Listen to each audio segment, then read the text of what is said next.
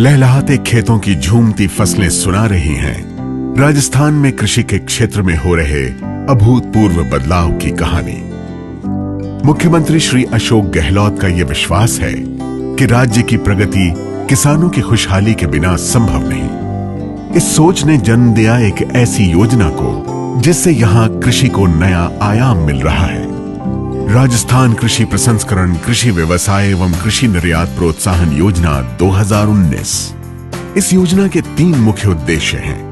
पहला, जो कुछ हमारे खेतों में पैदा होता है उसका भंडारण एवं प्रोसेसिंग भी उसी क्षेत्र में हो, जिसके लिए इलाके में ही वेयर हाउस, कोल्ड स्टोरेज और ट्रांसपोर्टेशन जैसी सुविधाएं स्थापित की जाएं, ताकि फसलें बर्बाद न हो, किसानों को फसलों की अच्छी कीमत मिले और रोजगार के नए अवसर भी पैदा हों।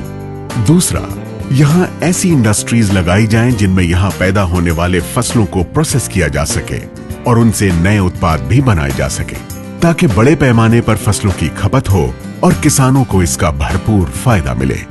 और तीसरा, यहाँ के उत्पादों को विदेश में एक्सपोर्ट किया जा सके। उद्देश्य जितना आकर्षक था उससे कहीं ज्यादा आकर्षक है इस योजना के तहत मिलने वाली सुविधाएं और सब्सिडीज।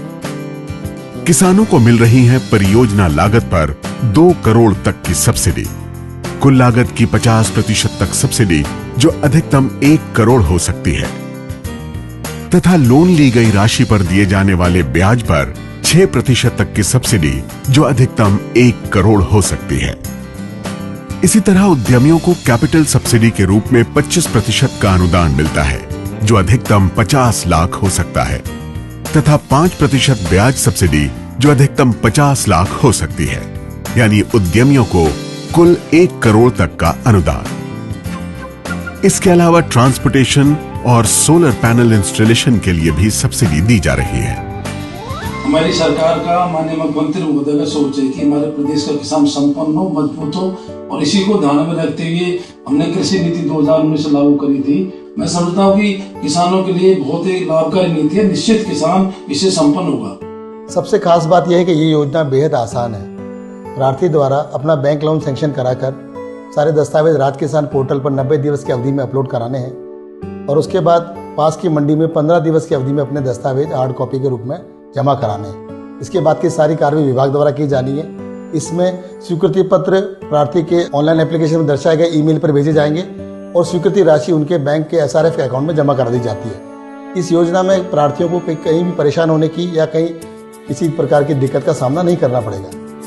17 दिसंबर 2019 को लागू हुई इस योजना को कृषकों और उद्यमियों दोनों ने हाथों हाथ लिया।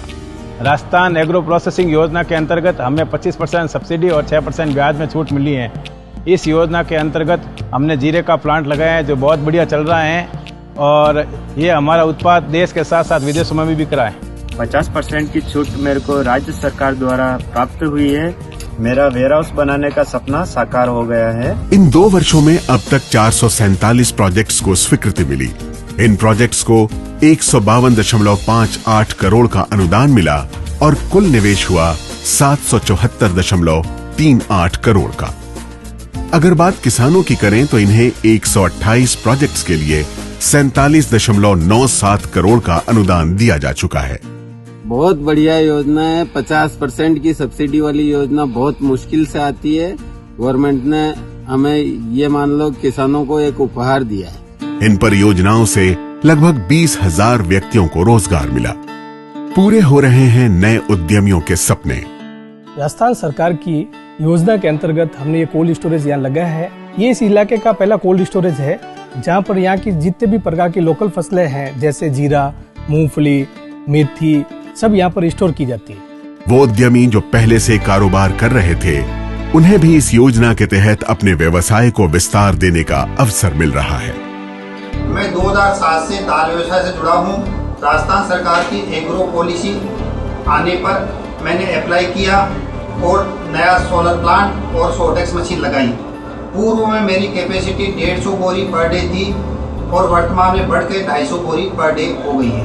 पिछले 2 वर्षों में इस योजना के बेहतरीन परिणाम सामने आए। कृषक उद्यम से जुड़ रहे हैं और उद्यमी कृषि उत्पादों की ओर हाथ बढ़ा रहे हैं, जिसके फलस्वरूप यहाँ का एग्रो इंफ्रास्ट्रक्चर